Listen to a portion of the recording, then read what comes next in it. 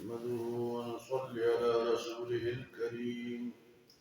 أما بعد فأعوذ بالله من الشيطان الرجيم. بسم الله الرحمن الرحيم.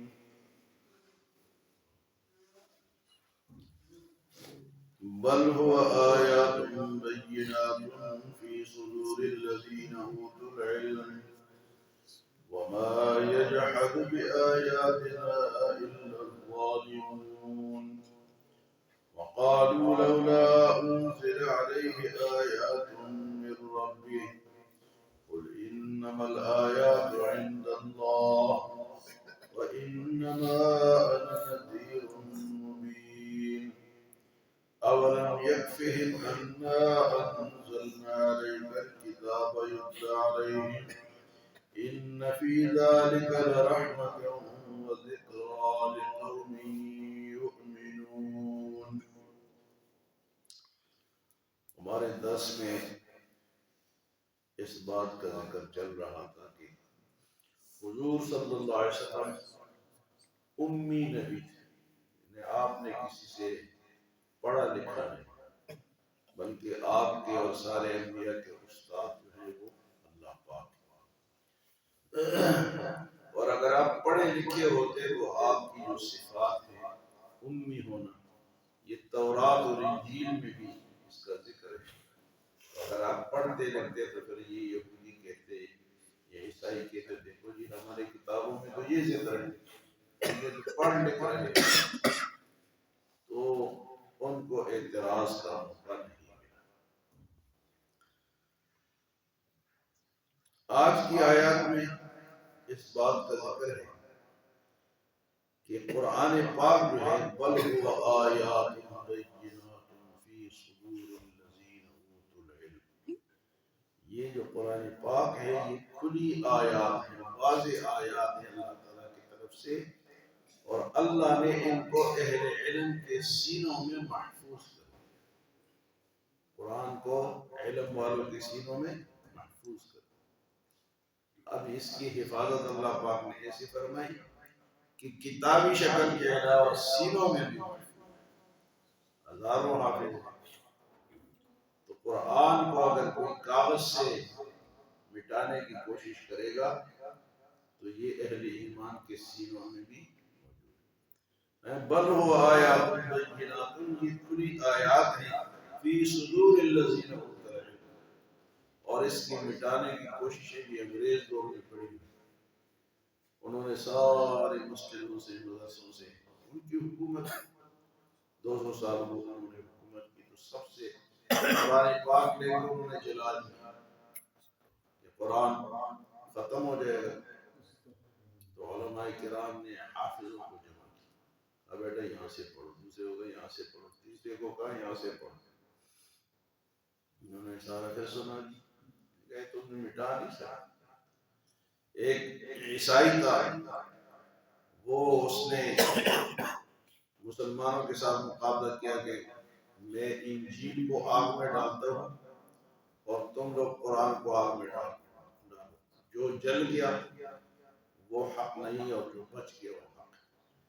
تو اس نے انجیل کو کچھ مثالی شسالی بنائی تاکہ آگ میں ڈالے تو وہ جلے۔ تو مسلمانوں نے عالموں سے، علماء سے رابطہ کیا، ہر دور میں حق بات کے لیے علماء موجود ہیں۔ تو حضرت انور شاہ کشمیری رحمۃ اللہ علیہ آئے صاحب، میں کہا کہ میں بات ان سے کرتا ہوں، آپ چلتے ہیں۔ تو انہوں نے بڑے چیلنج دے رکھے تھے کہ آپ قرآن کو آگ میں ڈالو اور ہم انجیل کو ڈالتے ہیں۔ تو یہ جب گئے انہوں نے کہا کہ یہ کیا بات ہے کہ تم انجیل کو ڈالو اور ہم، یہ تو پھر مقابلہ درست نہیں ہے۔ مقابلہ تو اس طرح ہے کہ میں قرآن کا ماننے والا ہوں اور تم انجیل کے ماننے والے ہو۔ میں قرآن کو سینے سے لگا کے آپ کو چلانے لگاتا ہوں، تم انجیل کو سینے سے لگا کے اور آپ، اس نے تو مثالیں لگائے وہ بات ہے۔ تو قرآن تو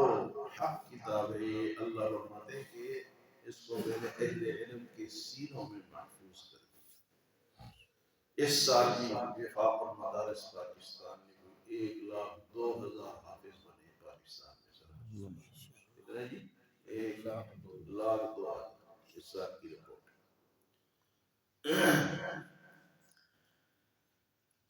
حضرت شاہ ولی اللہ محدث دہلوی رحمۃ اللہ علیہ کے ایک استاد تھے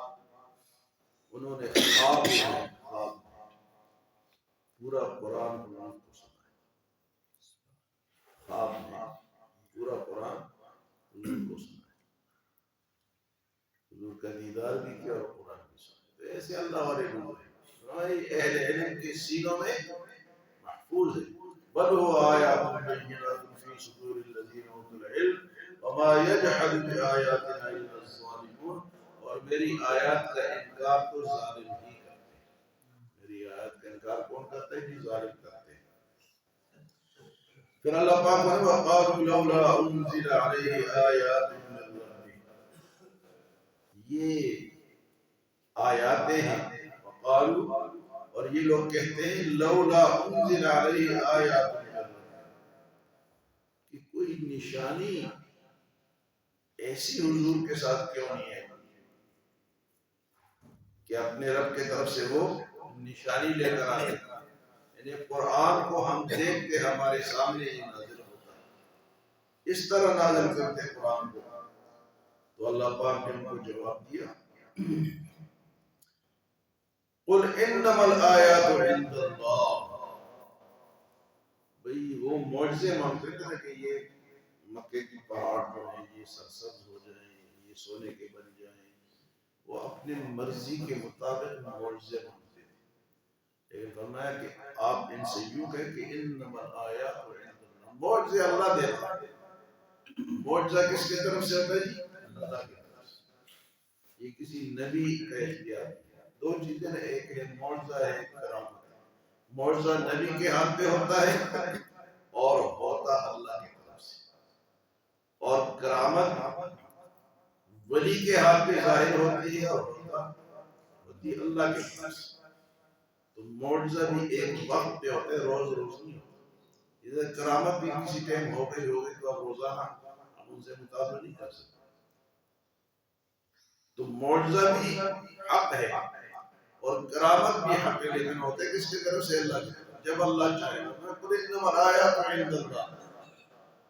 نشانیاں معجزے میں اللہ کے اختیار میں وانما انا نذیر مبین میرا کام ہے تمہیں ڈرانا ہے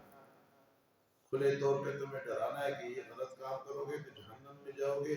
اور خوشخبری بھی سناتا ہوں نیک کام کرو گے تو جنت میں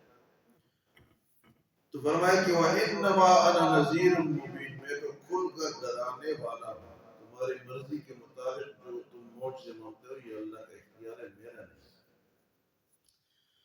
پھر اللہ پاک فرماتے ہیں کہ یہ معجزے مانتے ہیں اولم یکفہم انا انزلنا علیک الکتاب یتلی علیہم ان کے لیے یہ کتاب کافی نہیں ہے ان کے سامنے جس کی تلاوت ہوگی جو تم اگر اس کو تم معجزہ نہیں مانتے تو تم اس طرح بنا کے لیا قرآن جیسا تم بنا کے لیا تو میں کہ ان کے لیے یہ کافی نہیں ہے یہ قرآن اولم یکفہم انا انزلنا علیک الکتاب یتلی علیہم یہ جو اللہ نے نازل کی ان کے سامنے جس کی تلاوت ہوتی ہے جو چیلنج بھی کرتے تم بنا کے لیا یہ ان کے لیے کافی نہیں یہ اور معجزے مانگتے ہیں قرآن تو سب سے بڑا معجزہ ہے اور یہ زندہ معجزہ ہے باقی معجزات جو تھے وہ انبیاء کے ساتھ ختم موسیٰ علیہ السلام عصا ڈالتے تھے تو وہ اژدہا بن جاتا ہاتھ یہاں سے نکالتے تھے وہ روشن ہو جاتا لیکن وہ معجزہ موسیٰ علیہ السلام حضور صلی اللہ علیہ وسلم کے بے شمار معجزے تھے چاند دو ٹکڑے ہو گیا درختوں نے باتیں کی پتھروں نے باتیں کی لیکن وہ حضور صلی اللہ علیہ وسلم ساتھ چلے گئے اب دوبارہ وہ نہیں ہو سکتے لیکن قرآن ایسا معجزہ ہے کہ یہ قیامت تک یہ ایسا معجزہ ہے بلکہ یہ معجزہ نما ہے اس سے اور معجزے نکلتے رہتے کہتے جی 70 سال کے بوڑھے نے قرآن حفظ کر لیا تو یہ معجزہ نہیں 6 سال کے بچے نے قرآن حفظ کر لیا تو تو یہ معجزہ نہیں، یہ معجزہ نما ہے، اس سے معجزے نکلتے رہیں گے. فمن کے لیے کافی نہیں. اولم یکفہم انا انزلنا علیک الکتاب یتلی علیہم ان فی ذلک لرحمۃ وذکریٰ لقوم یؤمنون. یہ قرآن تو رحمت ہے اور نصیحت ہے، لیکن کن لوگوں کے لیے؟ لقوم یؤمنون، جو ایمان لاتے ہیں. اہل ایمان کے لیے یہ رحمت ہے اور جناب نصیحت ہے. ان فی ذلک لرحمۃ وذکریٰ لقوم. تو یہ قرآن کی سچائی قرآن نے خود بیان کی ہے کہ اس جیسی کتاب کوئی اور نہیں ہے. اللہ ہمیں عمل و سمجھ کی توفیق عطا فرمائے. اللہ